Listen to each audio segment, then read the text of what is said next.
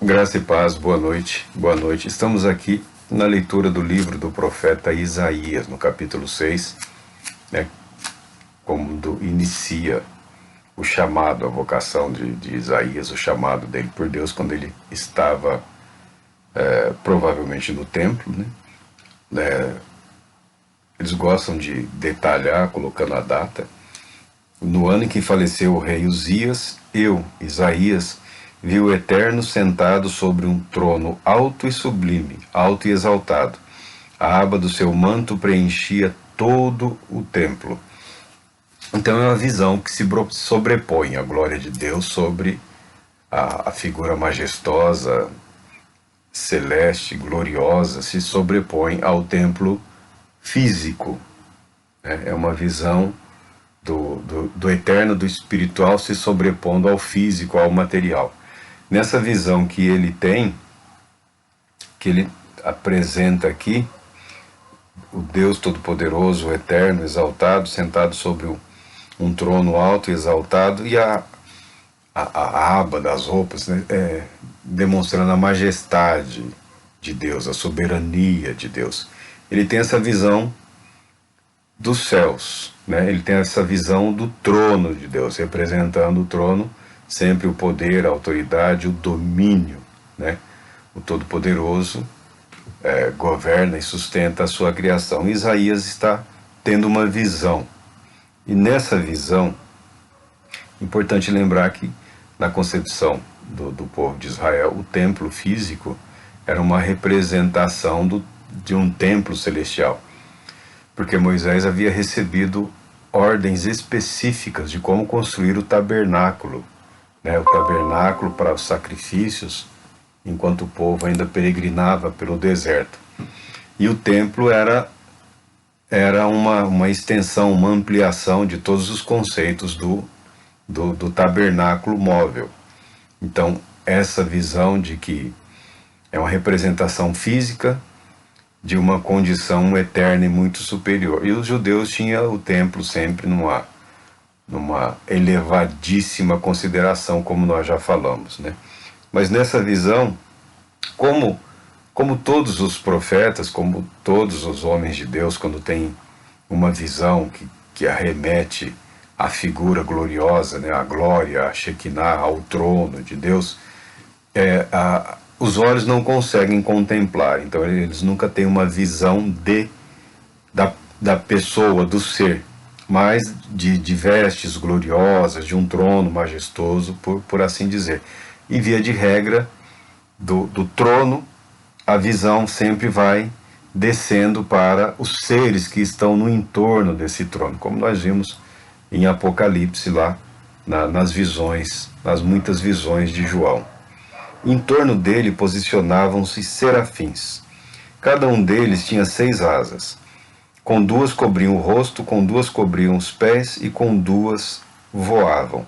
E ao mesmo tempo clamavam uns aos outros: Santo, Santo, Santo é o Senhor dos exércitos. Eis que toda a terra está plena da glória do Senhor. Arautos de Deus, né? Esses seres são mencionados pelo nome serafim exclusivamente aqui. Há quem os confunda com os querubins, que acredito que seja uma representação um pouco mais simples da figura dos seres que são identificados como sendo os querubins. E há quem imagine que são seres diferentes, uma classe diferente de anjos, né? Os seres abrasadores, né? Alguma coisa no nome deles indicam, e no agir deles indicam, que eles estão de alguma forma vinculada ao fogo, lembrando certamente a santidade, a pureza, né? São guardiões ou manifestações visíveis, né? Da requerida santidade, pureza, para estar na presença do Deus Todo-Poderoso. É uma visão magnífica, é uma visão majestosa, mas ele vê apenas esses seres, ele não vê os querubins ou outros seres ou outros anjos. Esses daqui tem 6 asas, como os querubins, né? 2 duas eles usavam para voar, duas para cobrir os pés, né? E outras duas para cobrir o rosto. São seres criados por Deus, seres incrivelmente poderosos, mas essa postura, nessa visão, nessa manifestação, né, revela ao olhar do profeta e ao nosso também, que essas criaturas, diante da glória e santidade de Deus, elas mantêm uma postura de absoluta e total reverência, né? Elas se cobrem, né? Como que indignos, né? Dessa posição elevada. Mas não precisa se preocupar com esses seres abrasadores, porque eles são nossos aliados, estão a serviço de Deus. E ao som das vozes desses seres glorificando a Deus, né? Anunciando a glória, a majestade de Deus, porque a visão, ela não se limita à visão, ela preenche toda a mente do profeta também com audição, com sons, com toda uma estrutura que demonstra a magnificência do evento, né? Um evento magnífico, esplêndido, maravilhoso, majestoso. E Isaías está nessa contemplação, ele foi tomado por essa visão, por esse conhecimento das coisas eternas, de assuntos eternos. É bem provável que ele tinha conhecimento na época da fé, da religião, de seres espirituais e de muitos outros seres, pela literatura, pelo conhecimento, pela revelação de outros, mas é que ele está contemplando, ele está vivenciando esse momento único que marca a vida dele. E ele diz que é tamanha a grandiosidade, a beleza, o poder que se manifesta, que ao som das vozes dos serafins, dos seres abrasadores, os batentes das portas tremeram e o templo ficou repleto de fumaça, né? E diante dessa visão majestosa, o profeta solta uma frase, né, meio que aturdido, né? Ele fala: ai de mim, não tenho salvação. Diz que ele gritou, ele bradou, ao contemplar a beleza da glória, da santidade. Ele fala: ai de mim, não tenho salvação, porque sou um homem de lábios impuros e vivo no meio de um povo de impuros lábios, e os meus olhos contemplaram o Rei e o Senhor dos Exércitos. Imediatamente, diz a palavra de Deus, que um desses seres voou até onde ele estava, voou até o Isaías, né? E trouxe uma brasa mesmo, uma brasa viva, ou seja, incandescente, em fogo, que havia tirado do altar com uma tenaz, né? Com ela tocou a minha boca e declarou: vê, isto tocou os teus lábios, a tua culpa será removida e o teu pecado será perdoado. Nem tudo que nós vemos e que nos causa espanto é necessariamente uma condição negativa. Se aprendemos a silenciar e a ouvir e a aguardar, o propósito de Deus vai se revelando, se manifestando. Os homens, pelo menos os homens fiéis e tementes a Deus, como era Isaías, vivia sob o pensamento do derramar da ira de Deus a qualquer momento sobre o povo de Israel naqueles dias, porque o povo não estava em uma situação de agradar a Deus. Então Isaías imagina essa visão como sendo o início de um desenrolar de um juízo divino, mas não era esse o caso. O anjo toca ele com essa brasa, né? Seres abrasadores, e explica para ele, né? Com esse ato, o seu pecado foi perdoado, a sua culpa foi removida. Em seguida ele ouviu a voz do Eterno que chamava: Quem hei de enviar? Quem irá por nós? Ao que prontamente ele respondeu: Eis-me aqui, envia-me a mim. No primeiro instante da visão, do contemplar da glória de Deus, a única coisa que Isaías foi capaz de enxergar foi a sua própria indignidade, né? Foi a sua inaptidão, foi a sua condição de pecador, né? De alguém que não tinha em si estrutura para suportar a verdade eterna. Mas Deus, na sua infinita misericórdia, moveu um ser espiritual para tocar no profeta, né? Mostrando que o pecado e a culpa dele estariam sendo removidos. Interessante que a visão é do templo, onde se oferecia sacrifícios, ofertas e uma série de coisas, de ofertas pela culpa, pelo pecado, né? Mas aqui quem está removendo, quem está declarando a Isaías que a culpa, que o pecado do homem é removido por iniciativa do próprio Deus. Não é o sangue de bois, de novilhos, de ovelhas que remove o nosso pecado. É o próprio Deus quem toma a iniciativa de purificar, de santificar aqueles que vão servi-lo, aqueles que vão dedicar a sua vida a Ele. E nesse segundo momento, após ele ser tocado, né, ouve-se dos céus uma pergunta, né? A quem enviarei? Quem irá por nós? Né? Quem hei de enviar? Quem irá por nós? Ou seja, quem representará o Senhor? Quem será o embaixador do Senhor no propósito que o Senhor estabeleceu naquele momento? Imediatamente, dessa vez, o homem ele é tomado por uma disposição, por uma coragem, por um desejo, e ele se apresenta, né, como aquele voluntário para a guerra, né, para o duelo, para o combate, né? Eis-me aqui, né? Eis-me aqui, envia a mim, envia-me a mim, eu estou pronto para servi-lo. Nós temos dificuldades de conciliar a atuação do Espírito Santo nas nossas vidas, né, na vida daqueles que creem, com essas visões, principalmente do Antigo Testamento e algumas do Novo Testamento, da ministração através de anjos, né? A nossa mente não consegue conciliar muito bem, porque nós imaginamos que ou é o Espírito Santo agindo ou é um anjo agindo. Então, dá um certo trabalho para a nossa mente, né? O segredo é não se preocupar com isso, né?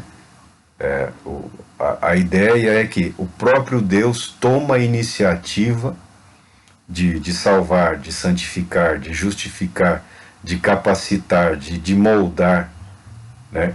E quando ele faz o chamado, a nossa resposta é toda nossa e é toda sincera, porque pela vontade de Deus, pelo poder de Deus, é removido de nós, em nós, todo o obstáculo, todo o obstáculo. Veja que a visão em si trouxe ao Isaías a consciência do pecado, né?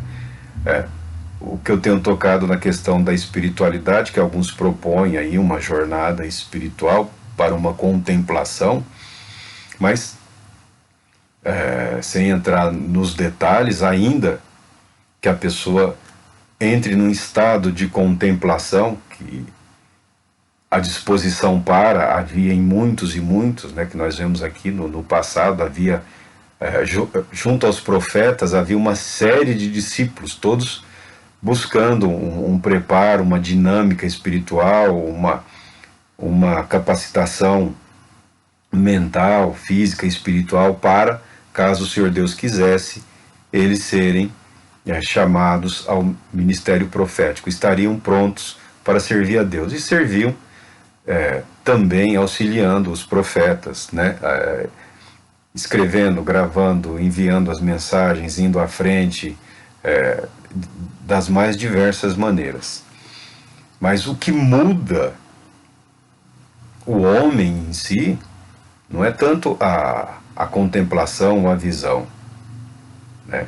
A mudança, a transformação ocorre no momento em que Deus determina a remoção da culpa e do pecado. E ninguém precisa esperar um ser abrasador, um anjo desse porte, dessa classe, né, dessa classe de anjo, porque nós temos isso gratuitamente no amado, no nosso Senhor e Salvador Jesus Cristo.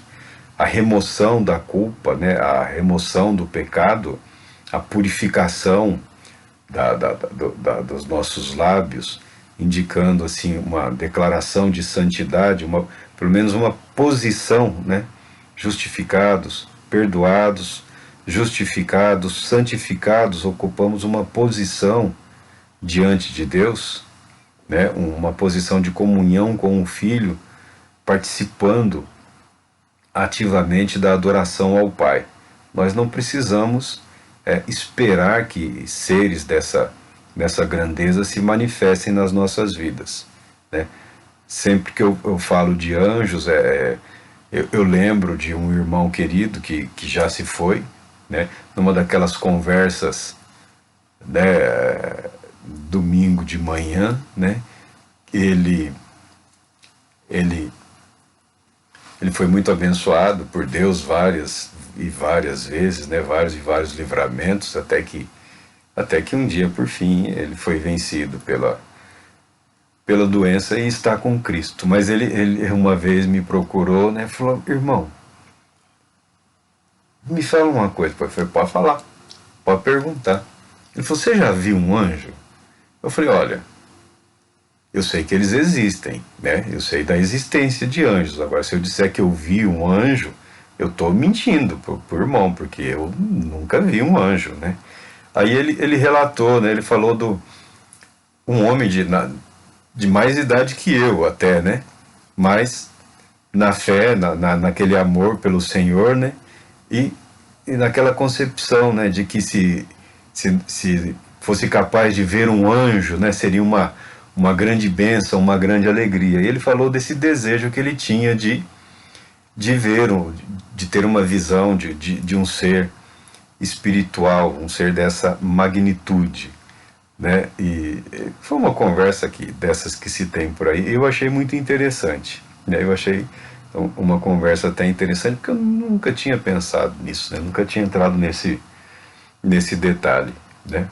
E continua aqui o Senhor nessa visão, indicando ao profeta, né? Aqui, ó, ele toca a boca, envia-me a mim. E ele respondeu. Aqui ele será comissionado.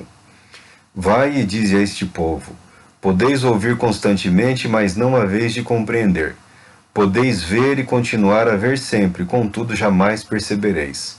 Embota o coração deste povo, torna esta gente incapaz de escutar, e os seus ouvidos. Torna esta gente incapaz de escutar os seus ouvidos e tapa-lhes os olhos.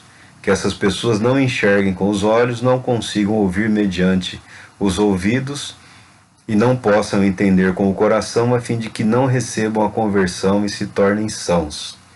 Diante disto, Isaías, agora comissionado profeta, diz: até quando, ó Eterno? E ele respondeu: até que as cidades estejam arruinadas e sem habitantes, até que as casas fiquem abandonadas e os campos estejam absolutamente destruídos, até que o Senhor remova para terras distantes o seu povo e no seio da terra reine total solidão, né? Esse é o comissionamento do profeta Isaías. Jesus usa essas palavras também para justificar o ensino através de parábolas, né? Ele ensina através de parábolas que não eram de impossível compreensão, mas requeriam uma atenção, né, daquele que ouvia e um desejo sincero de compreender, até mesmo de buscar orientações, como ocorria com os apóstolos, né, que volta e meia, em particular, faziam as perguntas. Então Cristo acabou se valendo dessa ferramenta aqui para proclamação também, né? Uma maneira de fazer desistir os meros curiosos. O profeta, então, teria um ministério de levar o povo a ser confrontado com a palavra de Deus e com a vontade de Deus. Aqui é apresentado o resultado da pregação, né? Diante da verdade, diante da revelação da verdade, diante da manifestação da glória, do poder, do conhecimento de Deus, as pessoas sempre são levadas a tomar uma decisão. Isaías escolheu esse caminho, né? Isaías foi, e outros, diante da verdade levada a eles através do profeta, que você vê depois. Isaías, quando começa o seu livro aqui, está escrito, ele já começa, né, avisando Israel que o povo seria castigado. E quando ele fala que o templo seria destruído, o pessoal se reúne para matá-lo, né? Queriam matar ele também. Foi preciso uma reunião de anciãos, de homens mais velhos do povo, que defenderam Isaías, dizendo que não era a primeira vez que uma profecia daquela natureza era levada ao povo, né? Que outros não tinham matado o profeta, muito pelo contrário, havia ocorrido arrependimento e a ira de Deus havia sido desviada do povo em outras ocasiões. Isaías teve uma linda, bela e maravilhosa visão do Todo-Poderoso, incluindo esses seres magníficos. E como eu lembrei de um velho conhecido, de um velho irmão em Cristo, né, e da preocupação ainda com visões celestiais, né, com visões de anjos, talvez ele também ambicionasse ter uma visão da glória, do trono ou coisa desse gênero. Mas, abrindo aqui a palavra de Deus no livro, na carta aos Hebreus, o escritor de Hebreus, cujo nome não é mencionado, só existem especulações quanto à autoria, quando de fato nós sabemos, na verdade, que todos esses homens, esses escritores da Bíblia aqui foram usados por Deus, né, foram inspirados pelo Espírito Santo, pelo Espírito de Deus, e o registro dos textos bíblicos, ele não advém de vontade humana, de sabedoria ou do desejo de compor algo diferente. Ele vem por inspiração do próprio Deus, um registro fiel e íntegro que tem o objetivo de nos conduzir à salvação. O escritor começa assim: havendo Deus, desde a antiguidade, falado em várias ocasiões e de muitas formas aos nossos pais, por intermédio dos profetas, né? E um dos profetas foi o profeta Isaías. Ele diz algo: nesses últimos dias nos falou mediante seu Filho. Não há nada de inferior na fé cristã. Não há nenhuma inferioridade à religião, à religiosidade judaica ou a qualquer outra religião.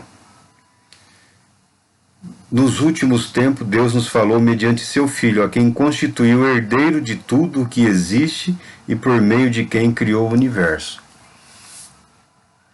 E o escritor de Hebreus apresenta Cristo, o Senhor, não só como herdeiro da criação, mas anuncia que foi ele o agente da criação.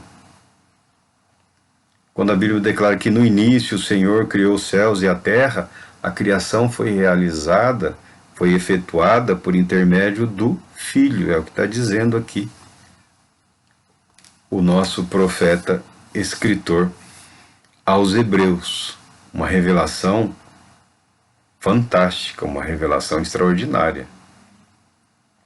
A quem constitui herdeiro de tudo. Ele é o resplendor da glória e a expressão exata do seu ser. Sustentando tudo o que há pela palavra do seu poder. Depois de haver realizado a purificação dos pecados, ele se assentou à direita da majestade nas alturas, tornando-se tão superior aos anjos quanto o nome que herdou é ainda mais excelente do que eles.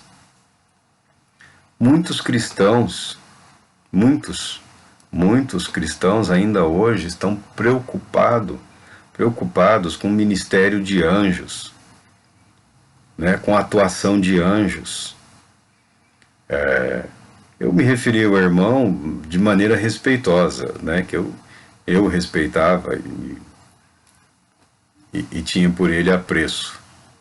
Mas algumas pessoas ainda permanecem numa condição que deixa a desejar em matéria de espiritualidade, acreditando que algum dos seres celestiais, se aparecerem, se realizarem, se forem contatados, há ainda aqueles que tentam contatar anjos, né? E a Bíblia declara que nós temos como Senhor aquele que está acima de todos os seres da hierarquia celestial.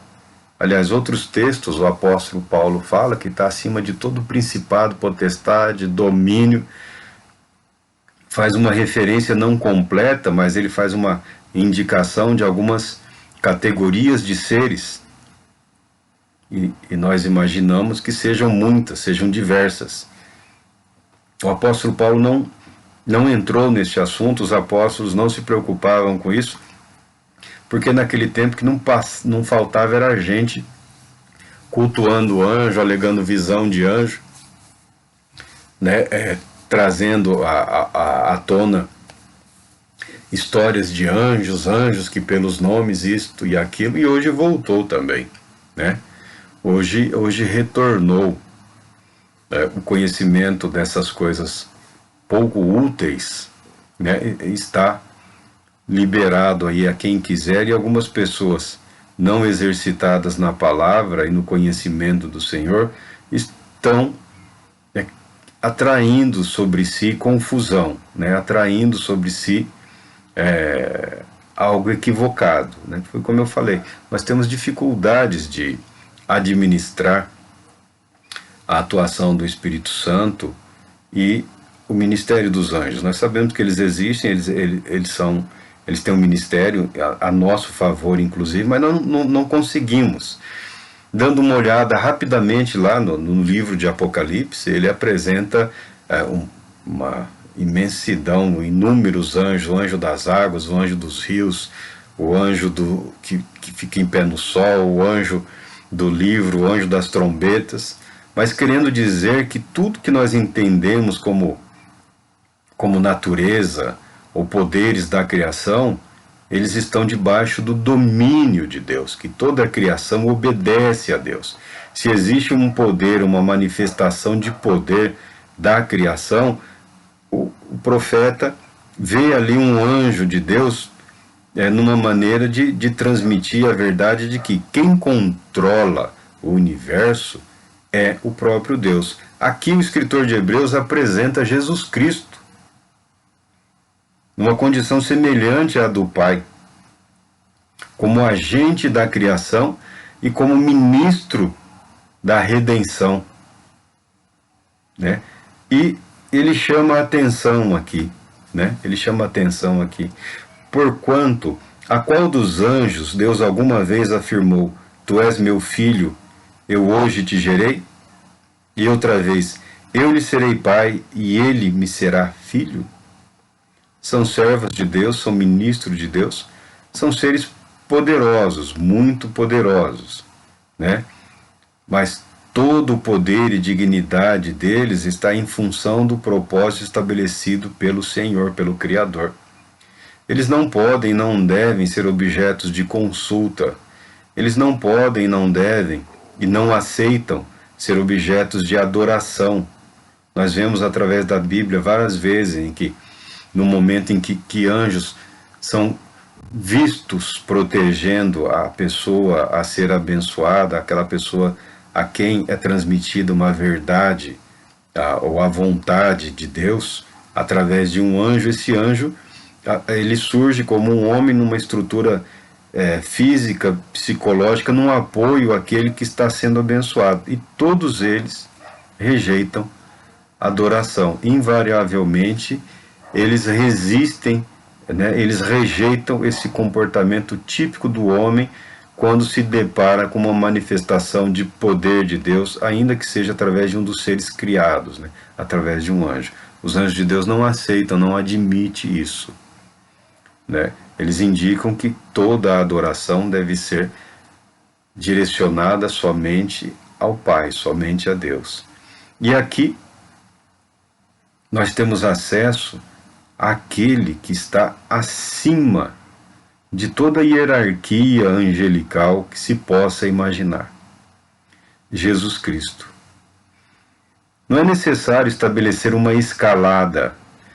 Você não precisa enfrentar querubins, serafins, né, ou outros anjos para ter acesso à presença de Deus, para ter acesso à presença do Pai. Porque o nosso Senhor Jesus Cristo lá está. Lá está. E vejamos aqui descrito de uma maneira bela em meio a essa multidão celestial. E mais uma vez, quando Deus introduziu o primogênito no mundo, declara: todos os anjos de Deus o adorem. Os anjos prestam culto e adoração ao Pai e ao Filho. E nós podemos entender que essa adoração ao Pai é através do Filho. Ressurreto, eterno, glorificado, exaltado, soberano, Senhor de toda a criação. Quanto aos anjos, ele afirma: ele faz dos seus anjos ventos e dos seus servos labaredas de fogo. Entretanto, esse é o serafim aqui, né? Os seres abrasadores, os seres ardentes. Entretanto, a respeito do Filho revela: o teu trono, ó Deus, subsiste por toda a eternidade, e o cetro do teu reino é bastão da justiça. Amas o direito e odeias a iniquidade. Por esse motivo, Deus, o teu Deus, te escolheu e ungiu com óleo de alegria como a nenhum dos teus companheiros. Aqui. Se dedicarmos tempo à meditação nesse texto aqui, nós seremos encorajados à oração, a buscar mais a comunhão com o nosso Senhor Jesus Cristo, a buscá-lo em oração, a apresentar com mais frequência as nossas petições, os nossos pedidos, os nossos desejos, e também apresentarmos a nós mesmos como carentes dele. Precisamos de ti, Senhor. Precisamos da sua vida a transformar a tua vida. Necessitamos da tua alegria para a renovação do nosso espírito. Que a Bíblia declara aqui sobre o Filho, né? Que Deus o ungiu com óleo de alegria, e acrescenta: tu, Senhor, no princípio estabeleceste os fundamentos da terra, e os céus são obras das tuas mãos. Eles perecerão, mas tu permanecerás. Envelhecerão como vestidos, e como um manto tu os enrolarás, e como roupas serão trocados, mas tu és imutável, e os teus dias não terão fim. Ora, a qual dos anjos Deus alguma vez declarou: senta-te à minha direita até que eu faça dos teus inimigos um estrado para os teus pés? Todas as promessas de domínio, de poder, foram dadas ao Filho, ao unigênito, a Cristo Jesus, nosso Senhor.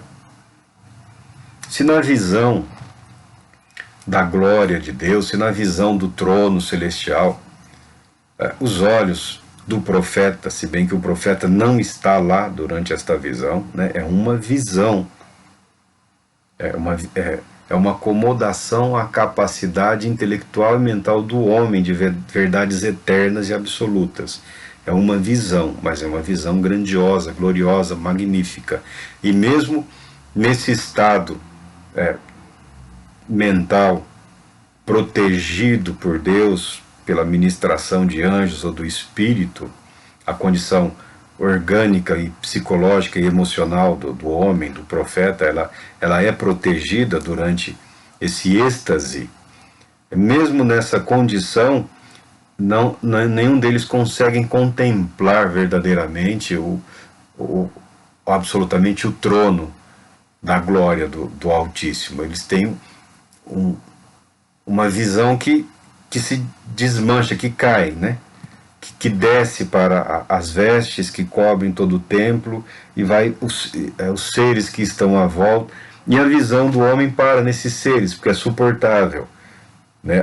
O intelecto consegue, né? A mente consegue suportar a forma apresentada ali, ainda que seres magníficos, mas a mente consegue suportar isso tudo, né? Mas nada disso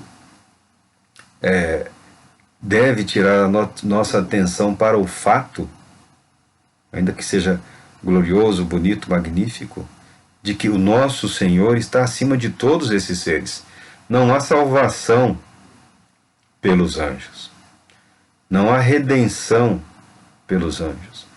Não há não são agentes da santificação. Não são agentes da redenção. Não são. É o nosso Senhor.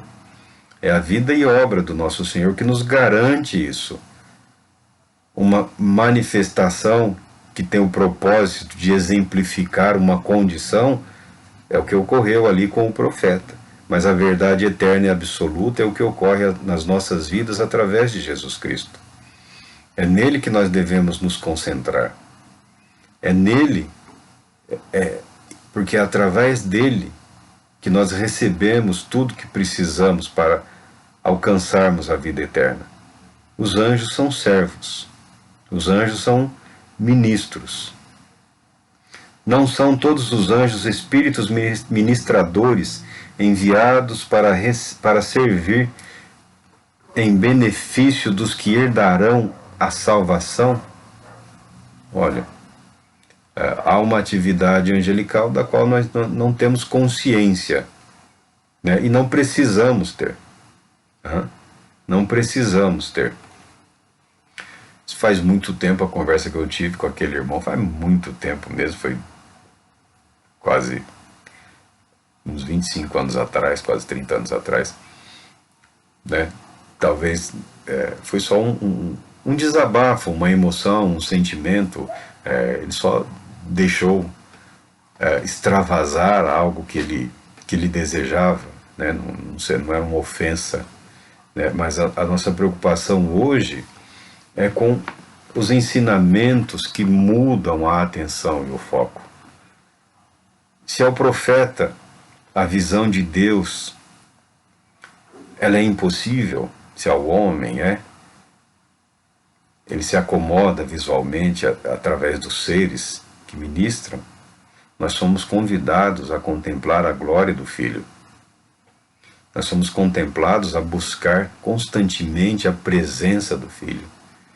Nós somos orientados a dedicarmos a nossa vida ao Filho, como culto racional, como meio de agradar ao Pai, como o caminho correto para chegarmos ao Pai. É o Filho. A nossa atenção deve estar voltada para o Filho, porque só há um mediador entre Deus e os homens. E através do Filho, nós chegaremos à contemplação da glória do eterno Deus em algum momento na eternidade. Mas a garantia da nossa salvação é o Filho, está no Filho, não está nos servos do Filho. Não está nos poderes da criação. Está no poder daquele que criou todas as coisas. Por isso é fundamental prestarmos atenção mais ainda às verdades que temos ouvido, para que jamais nos desviemos dela. Pois se a mensagem proferida por anjos provou sua firmeza, e toda transgressão e desobediência recebeu a devida punição, como nos livraremos se desconsiderarmos tão grande salvação? Se o que os anjos ministraram e realizaram em favor dos homens mostrou algum valor, o que ocorrerá com a igreja que despreza o que o Senhor Jesus Cristo faz por ela, o que o Senhor realiza por ela, o que o Senhor manifestou de Deus para nós? Aqui, ó, esta salvação, tendo sido proclamada pelo Senhor, foi depois confirmada a nós pelos que a ouviram, e juntamente com eles, por intermédio de sinais, Deus testemunhou feitos portentosos, diversos milagres e dons do Espírito Santo, distribuídos conforme a sua vontade, porquanto aqui entra o escritor, né? Aqui ele apresenta. Há um ministério ativo de anjos, na anterior aliança, no anterior testamento, há um ministério ativo de anjos. Houve um ministério ativo de anjos no começo da igreja? Sim, houve um ministério ativo de anjos. Mas nós temos aqui, ó, a atuação, ele fala aqui, juntamente com o testemunho de todos que conheceram e viram a Cristo, Deus testemunhou feitos portentosos, diversos milagres e dons do Espírito Santo, distribuídos conforme a sua vontade. Há um mover espiritual, sim, em nosso favor, na nossa direção, realizado e operado pelo próprio Espírito de Cristo, pelo Espírito de Deus. Isso não anula, quer queira Deus ou não, a ação de anjos. Isso não anula, isso não neutraliza, mas ele coloca como garantidores o Filho e o Espírito de Cristo. Porquanto não foi a anjos que Deus sujeitou o mundo vindouro, a respeito do qual estamos falando. Os anjos não são herdeiros da nova terra, o mundo que se reserva para aqueles que creem. Eles têm na sua condição, no seu status, né, algo já ganho, algo permanente. São seres criados, né, mas são seres que não passarão pela morte. Se houve um juízo, um julgamento dos anjos, ele já ocorreu. Né? Se houve um teste dos seres celestiais, ele já ocorreu. Né? Nós temos aí uma divisão dos anjos santos de Deus e dos anjos que caíram, que abandonaram a sua posição, que seguiram o dragão, a serpente, Satanás. Nós estamos falando aqui dos anjos santos, dos poderosos anjos de Deus, que de maneira nenhuma permitem, que de maneira nenhuma admitem que a nossa espiritualidade esteja fundamentada em visões e revelações deles, mas sim no contemplar a glória da graça de Deus através do Filho, a nós reveladas pelo Espírito, do próprio Filho, pelo Espírito Santo. Nós somos os herdeiros. Nós seremos os herdeiros. Ainda hoje, inferiores aos anjos, a capacidade, o poder desses seres é algo muito superior a nós, né? Mas nós herdaremos a condição de filhos, de co-herdeiros com Cristo. A posição elevada que Cristo herda junto ao Pai também será nossa. A nossa posição será superior à dos anjos, à dos seres celestiais, e eles sabem disso. E o escritor de Hebreus aqui continua, né? No entanto, alguém em certa passagem testemunhou afirmando que é o homem para que com ele se importes, e o filho de Adão para que venhas visitá-lo. Tu o fizeste um pouco menor do que os anjos e o coroastes de glória e de honra. Tudo sujeitaste debaixo dos seus pés.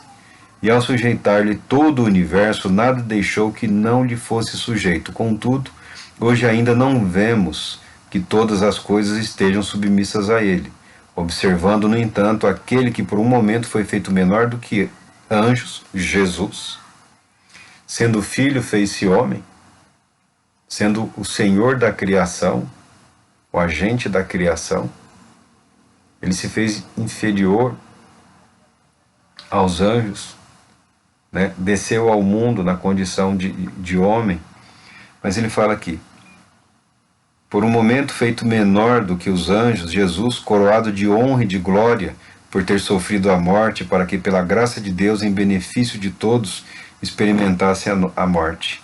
Ao conduzir muitos filhos à glorificação, convia que Deus, por causa de quem e por intermédio de quem tudo veio a existir, tornasse perfeito, por meio do sofrimento, o autor da salvação deles. Assim, tanto que santifica quanto os que são santificados advêm de um só. E por essa razão, Jesus não se envergonha de chamá-los de irmãos. O que você viu ali, o anjo realizando, né, em favor do profeta, não era algo que o anjo tinha de si. Era uma demonstração do amor, da misericórdia, do perdão de Deus, né? O retirar da culpa e do pecado e a santificação operadas por Deus. Funcionou o anjo ali como um ministro. Mas aqui nós temos o próprio Cristo realizando todas essas coisas em nosso favor. Se dedicarmos tempo para pensar, o céu ficou bem pertinho de nós. Porque pela fé temos acesso ao trono da glória. Porque temos alguém lá. Temos um defensor. Temos um sumo sacerdote. Temos aquele que é o que oferece o sacrifício e o próprio sacrifício vivo, exaltado acima de toda a criação. Não há necessidade de dedicar tempo e esforço para criar uma escada, como viu alguém, né? Ou imaginar aí um veículo que nos conduzirá. Não. Pela fé, nós temos acesso ao trono da glória, porque Jesus Cristo se alegra em nos chamar de irmãos, irmanados nessa fé no Senhor, que nós cresçamos em ousadia, que nós recebamos de Deus a necessária coragem e determinação, que nós possamos contemplar o que Cristo realizou em nosso favor, retirando a nossa culpa, livrando-nos do mal, do pecado, abrindo os nossos olhos, purificando os nossos lábios, nos concedendo da santificação dele, da santidade dele. Toda graça, bondade, santidade e amor que estão em Cristo operam em nosso favor. Nós podemos e devemos orar a Deus nosso Pai e ao nosso Senhor Jesus Cristo com a ousadia, sabendo que somos ouvidos. E se somos ouvidos, seremos também atendidos. Não seremos rejeitados. Ainda que estamos aqui neste mundo como servos, né, destinados e buscando uma vida de obediência, é reservado para nós uma condição superior a essa.